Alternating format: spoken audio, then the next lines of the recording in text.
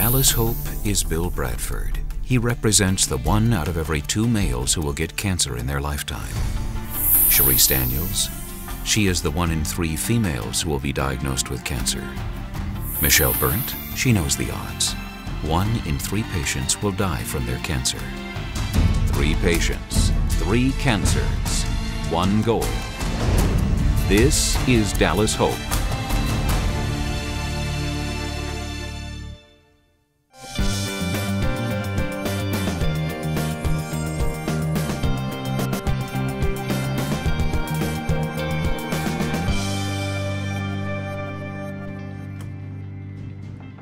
What's up?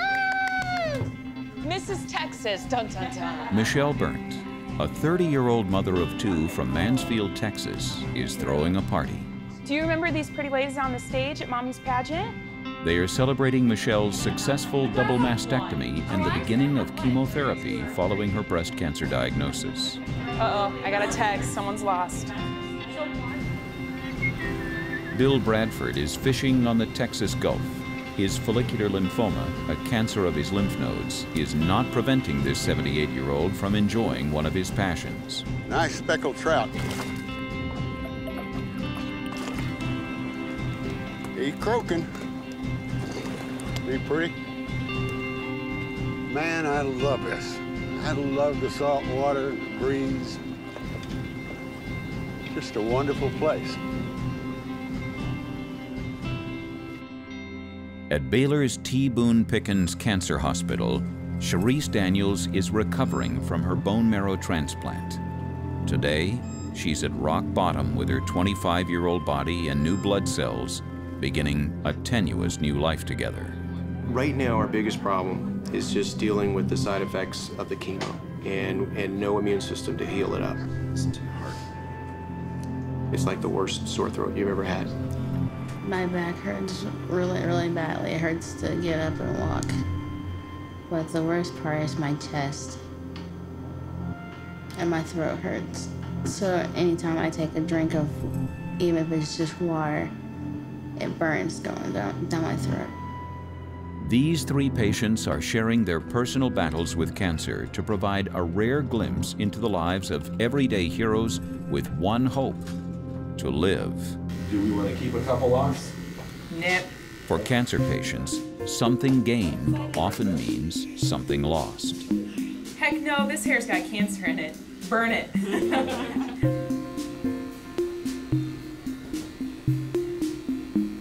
No one will ever see me like this but the 5 people in this room. I don't even want to go to bed at night and take my wig off and my husband see me like this. I just don't, it doesn't look bad at all to me. What? I'm just saying it doesn't. I just think you look at it and you think cancer patient.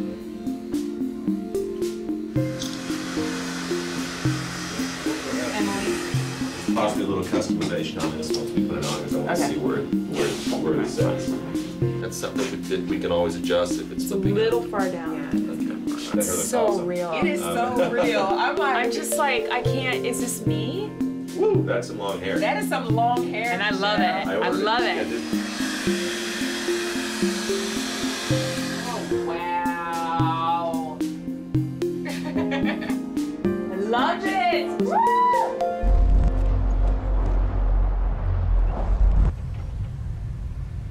Dr. Sarah. Hello. Morning. How are you doing? I'm hanging in there. Bill Bradford is getting some good news today. Another CAT scan confirms that the tumor in his lymph nodes is not growing. For now, he will be allowed to continue in a promising clinical trial. At the moment, to the best of my knowledge, the lymphoma is continues to be in remission. Finding a way to treat tumors without side effects is consuming cancer research in Dallas and around the globe. Doctors believe that one day chemotherapy and radiation may be assisted by personalized vaccines. So this is a fascinating idea, I think, creating a custom vaccine for you specifically. Exactly. And the logic behind it is so, to me, is so strong that, you know, you just say, gosh, that's got to work. Stick. It makes so much sense.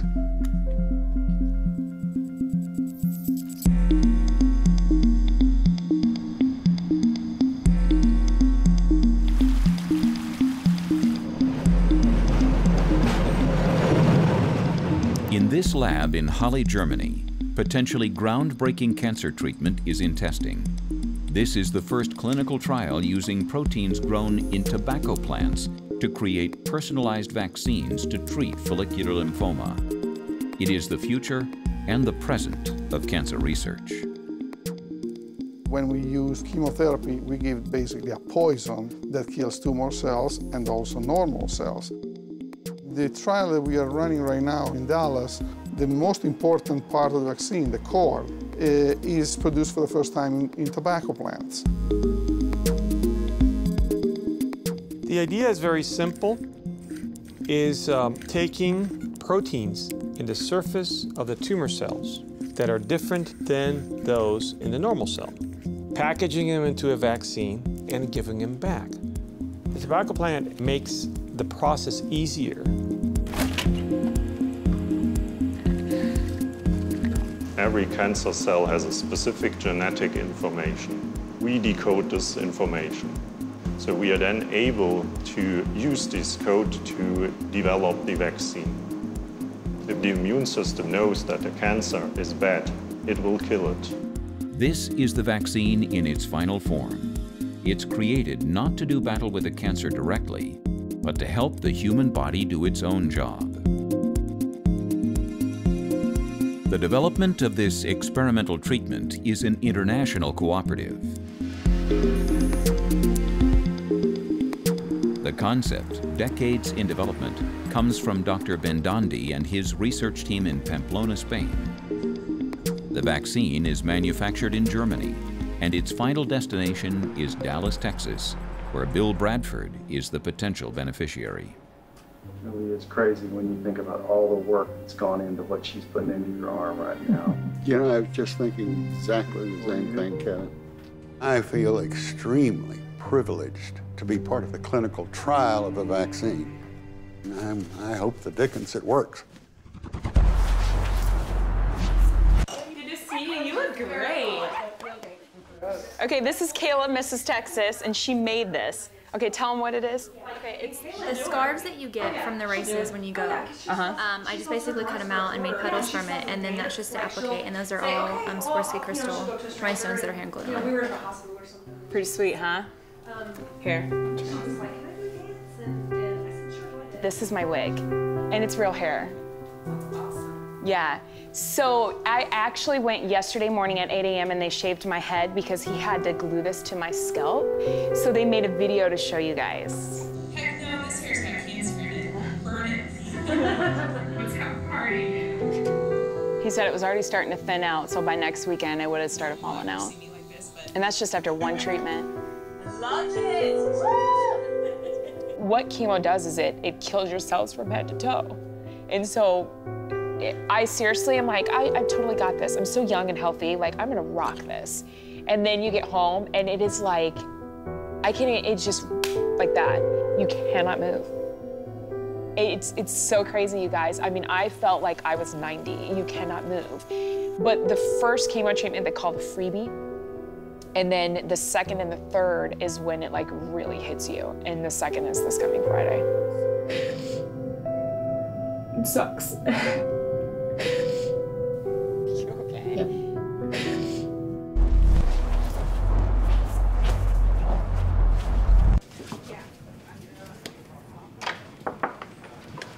Hello.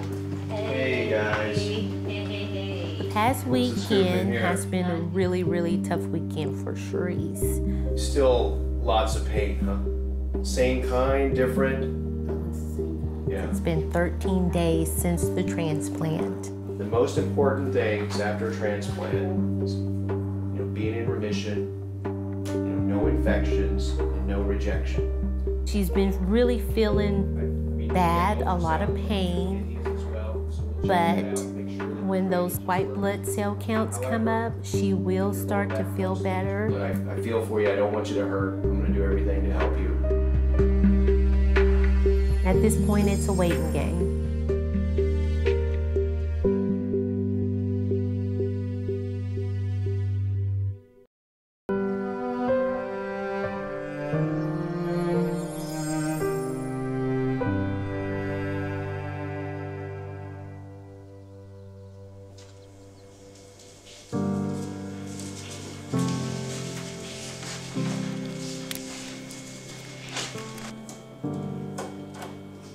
going home today? We are going home today.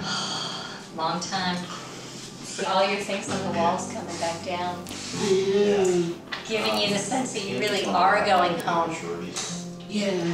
It's bittersweet. It is. You know, it really is. Yeah, we're excited we're going home, but then we're gonna miss everybody and you know, all the wonderful people that have been taking care of us, you know, and taking really good care of Cherysse.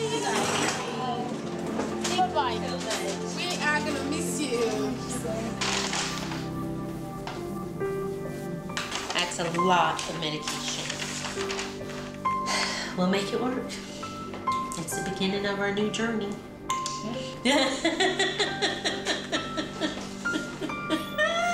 We'll make it together. You know, I mean, it does right now. All of it sounds overwhelming because we are going back home. It's gonna be not that easy. Welcome home. Right.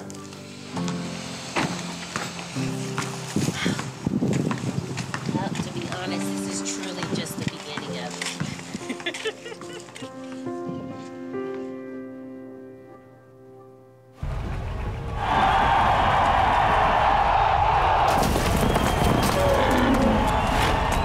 Pamplona, the northern Spanish city romanticized by Ernest Hemingway in The Sun Also Rises, seems an unlikely place for breakthrough medical research. But in this 21st century research center at the University of Navarra, Dr. Maurizio Bendandi and his team believe they are on the verge of a breakthrough in the development of personalized medicine. But it's revolutionary because right now there's no other such trial in the world. Baylor is promoting a treatment that is not just content with getting rid of cancer, but getting rid of cancer, preventing relapses without side effects. When anybody hears the word cancer, they consider it a death sentence. Nowadays, for many types of cancers, that's not the case. Can we make out of cancer a chronic disease instead of a disease that's going to kill you in a period of a few years? Follicular lymphoma is not chronic. It is fatal with an 8 to 15-year survival rate. But what if, in conjunction with traditional therapy, Bill Bradford is given a vaccination that could cure him or delay a relapse long enough to give him more time on Earth? If I were a patient with follicular lymphoma, I would love to have my own vaccine made and see how it goes. At the end of the day, each patient has 50% chances of responding, basically. Is a 50% success rate enough to prove this treatment works? To date, only one human tumor vaccine has been approved for use. The Journal of the National Cancer Institute reported the trial immune response results as a dramatic and highly statistically significant increase in disease-free survival. This is the first formal demonstration of clinical benefit associated with the use of a human cancer vaccine.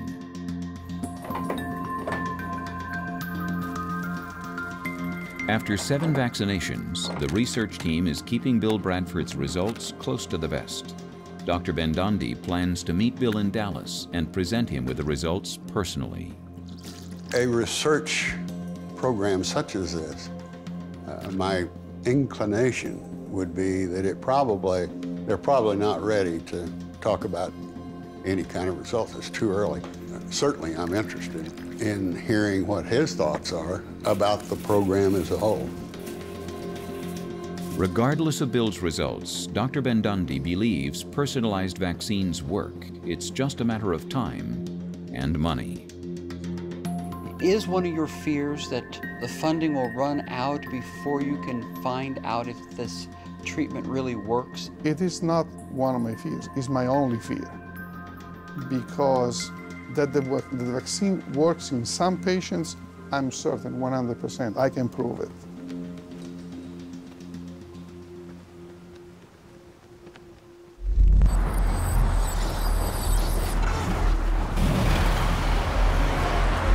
You ready for Relay for Life? Yeah. All right, let's go. Midway through her 8 rounds of chemotherapy, Michelle Berndt and Cherysse Daniels came face-to-face at a cancer benefit in Fort Worth, Texas. Nice to meet you. I'm Michelle. I'm Kim. It's so nice. Nice to meet you. Did you already lose all your hair? Yes. I did. I don't have no hair. And I normally wear my wig, and today I was like, I feel like crap. I'm not wearing it. Good for you. I knew about you, but I didn't know your story and everything you've been through. It was amazing. Yeah. You're strong. Wow, this is huge in here. We don't have gyms like this in Iowa. All right, should we do our lap? Sure. All right, let's go. So what was the hardest part for you? Probably the chemo. How many treatments? Maybe 5 or 6. There are days I can't do anything. I know, I feel the same way. It's like, I feel like I should be getting up and doing something. But then it's like I just physically can't, so. I was mad at first, but it's not our choice. And sometimes at night, I'll cry myself to sleep, but my husband's the only one that sees that. All day long, I put on a show. Yeah. We'll get through it together, right? Exactly.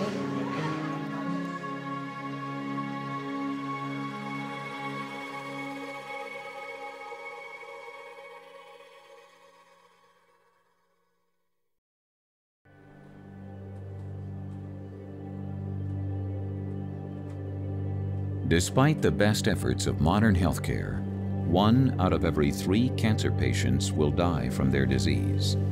In these situations, Baylor provides palliative care, relief for patients and families when a medical cure is not possible.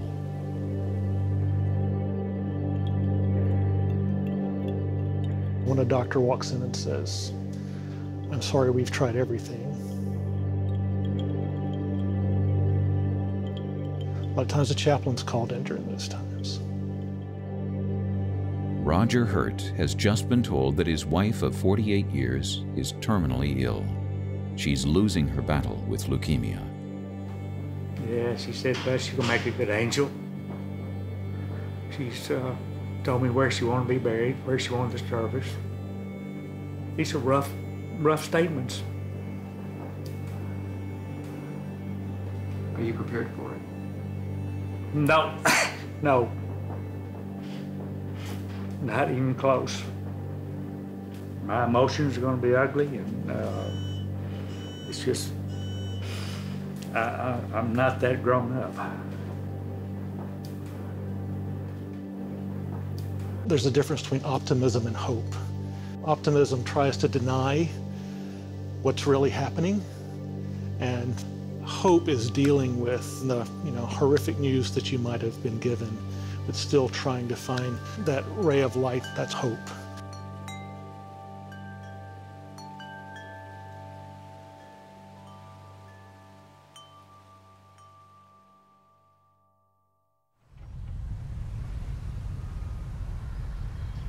Yeah, you're getting a bone marrow biopsy today? Yeah, absolutely. Cherysse Daniels has reached a milestone.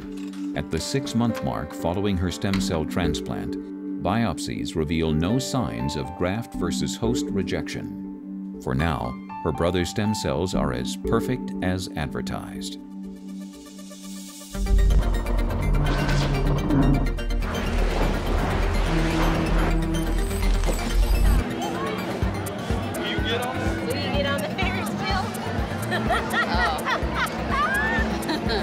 Oh, Cherysse, you need one of these stuffed animals.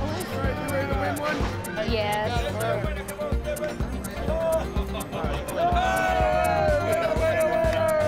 Which one you want, sweetheart? Let me have the green one. Yes. Look at this. It's cute.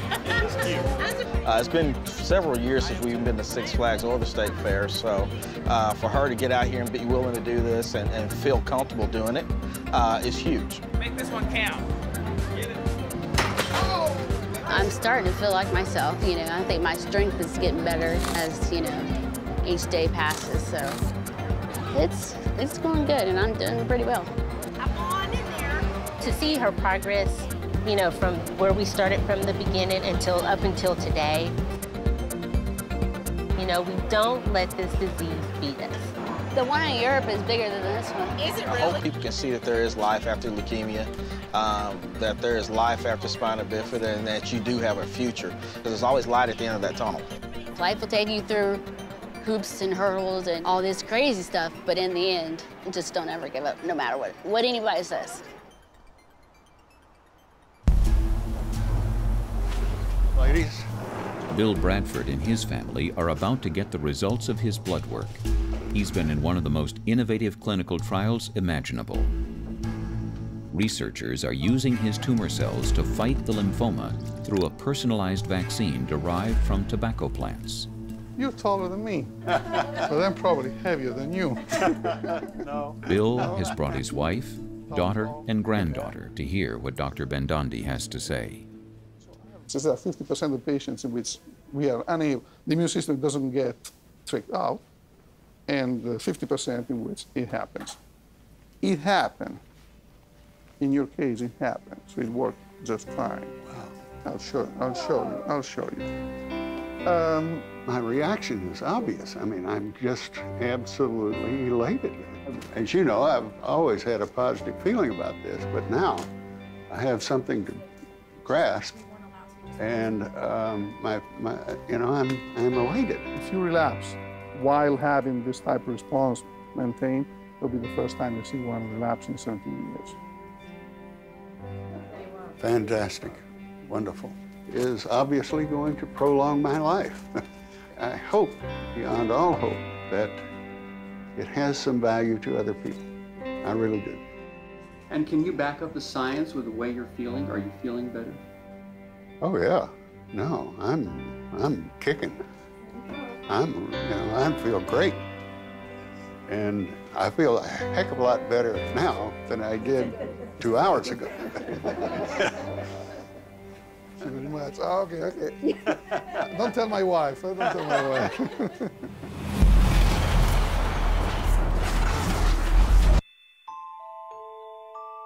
Michelle Berndt could be the girl next door. Documenting her story reminds us that cancer does not discriminate on the basis of age or circumstance. This mother of two confronted her mortality with honesty, courage, and grace. Less than 3 months after her first chemotherapy treatment, she was back at Baylor, suffering from a high fever and a dangerously weakened immune system. It's been a rough night. I can't sleep tonight. Lately, I've wanted to give up. And I only have 3 treatments left, but I'm just to the point I can't do it anymore. I've had every symptom possible. I started off with nausea. I did throw up once in the parking lot at work. My bones and my joints hurt so bad. Sometimes my knees give out on me. Sometimes if I sit long enough, my legs fall asleep and I don't even feel it. I've had sores in my mouth so I can't talk or enjoy any food that I eat. I've lost my hair. And now finally, of course, I'm starting to lose my eyebrows and my eyelashes.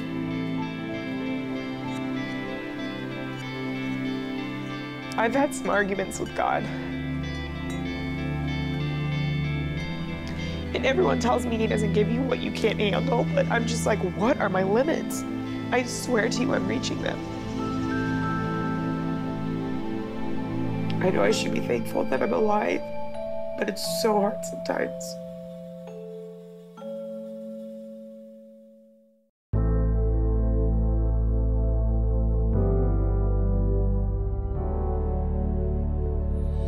My new look, my cancer-free look. You know, 8 treatments isn't that much, but it feels like it is. You know, I told Dr. Grant thank you because he saved my life. And he kind of looked at me like he doesn't get told that often. If I can just help one person, then I have to.